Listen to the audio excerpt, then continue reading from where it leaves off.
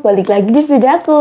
Kalian pasti udah tahu semua kan Rek dengan produk Pocky. Nah ternyata di tahun 1980-an perusahaan Glico yang menaungi produk Pocky pernah diteror loh. Dan terornya gak main-main. Bahkan sampai ngasih racun ke beberapa produk yang dipasarkan. Penasaran seperti apa kisahnya? Mari kita bahas. Kejadian ini dimulai pada tanggal 18 Maret 1984, di mana pada saat itu ada dua orang penyusup masuk ke rumah Katsuhisa Ezaki yang saat itu menjabat sebagai CEO Glico. Dua orang itu menculik Ezaki Rek dan meminta tebusan sekitar 60 miliar. Zaman sekarang 60 M aja masih banyak ya Rek, apalagi zaman dulu. Dan mereka juga meminta 100 kg emas batangan, di mana pada saat itu emas batangan 1 kilonya aja sekitar 850 juta rupiah. Tapi beruntungnya sebelum tuntutan itu dipenuhi, Ezaki berhasil lolos Rek. Nah berhasil kabur berarti udah selesai dong. Ya belum lah. Malah hal tersebutlah awal mula teror dimulai. Setelah Ezaki berhasil lolos, pelaku menyerang perusahaan dengan cara membakar mobil-mobil yang terparkir di sana. Kemudian di bulan April, perusahaan mereka kembali diteror dengan paket berisi asam klorida. Asam klorida sendiri merupakan zat korosif yang sangat berbahaya. Di bulan Mei, para pelaku mengirim surat kepada Glico dan menyebut mereka sebagai monster with 21 face atau monster dengan 21 wajah yang terinspirasi dari novel karya Edogawa Ranpo berjudul Phantom with 21 Face. Dalam surat tersebut, pelaku mengaku telah meracuni produk Glico yang beredar di pasaran menggunakan potasium sianida. Dengar gitu ya paniklah petinggi Glico kan. Kemudian mereka memutuskan untuk menarik seluruh produk Glico yang beredar di pasaran hingga menimbulkan kerugian sekitar 300 miliar. Udah kan, Glico udah pasrah karena kan jadi teror segitu ekstrim. Pihak kepolisian juga udah susah payah mengungkap identitas pelaku tapi nggak berhasil. Akhirnya aksi monster 21 wajah itu berhenti pada 26 Juni, di mana mereka mengirim surat yang berisi bahwa mereka telah mengampuni Glico.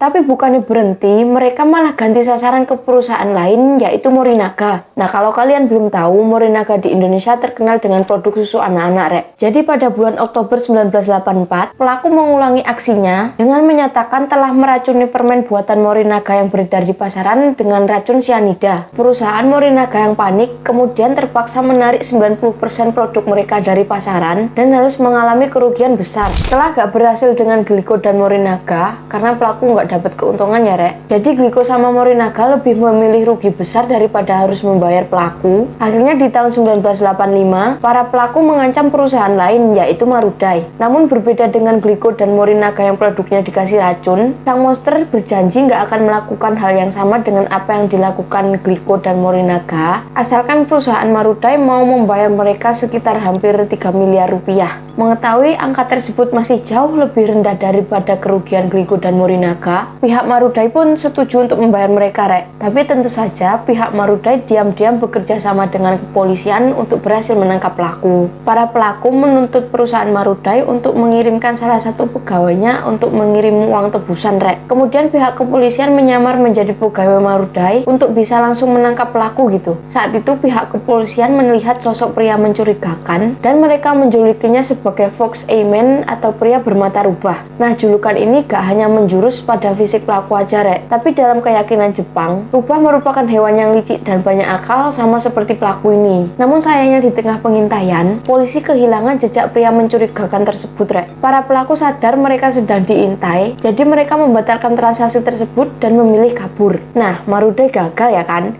Kemudian di bulan November, para pelaku mencoba memeras perusahaan lain lagi Rek, yakni Host Food Corporation. Mereka menuntut sekitar 5,7 miliar rupiah. Nah, lagi-lagi perusahaan ini bekerja sama dengan polisi Rek. Tapi ketika polisi berhasil menggerebek tempat di mana seharusnya transaksi ini berlangsung, ternyata gak ada siapa-siapa Rek, nihil. Nah kebetulan seorang polisi lokal yang gak tahu menahu tentang penggerebekan tersebut ada di sana Rek. Dia melihat sebuah mobil van terparkir mencurigakan di dekat TKP, kemudian mendekatinya. Dia melihat ada seorang pria menggunakan headphone di dalam mobil. Menyadari polisi mendekat, pria itu kabur dengan mobilnya Rek. Setelah diselidiki, ternyata mobil tersebut merupakan mobil curian dan ditemukan terparkir di dekat sebuah stasiun. Di dalamnya gak ditemukan jejak apapun tentang pelaku Rek. Hanya ditemukan radio atau semacam HT yang ternyata mampu mencuri dengar percakapan para polisi. Itulah mengapa para pelaku selalu berhasil satu langkah di depan polisi Rek. Setelah beberapa kali gak berhasil menangkap pelaku yang sudah meresahkan masyarakat Jepang, kepolisian Jepang pun merasa malu Rek karena selalu gagal gitu. Hal ini pun membuat kepala polisi Jepang bernama Yamamoto Gito melakukan harakiri atau aksi bunuh diri untuk sebuah kehormatan di tahun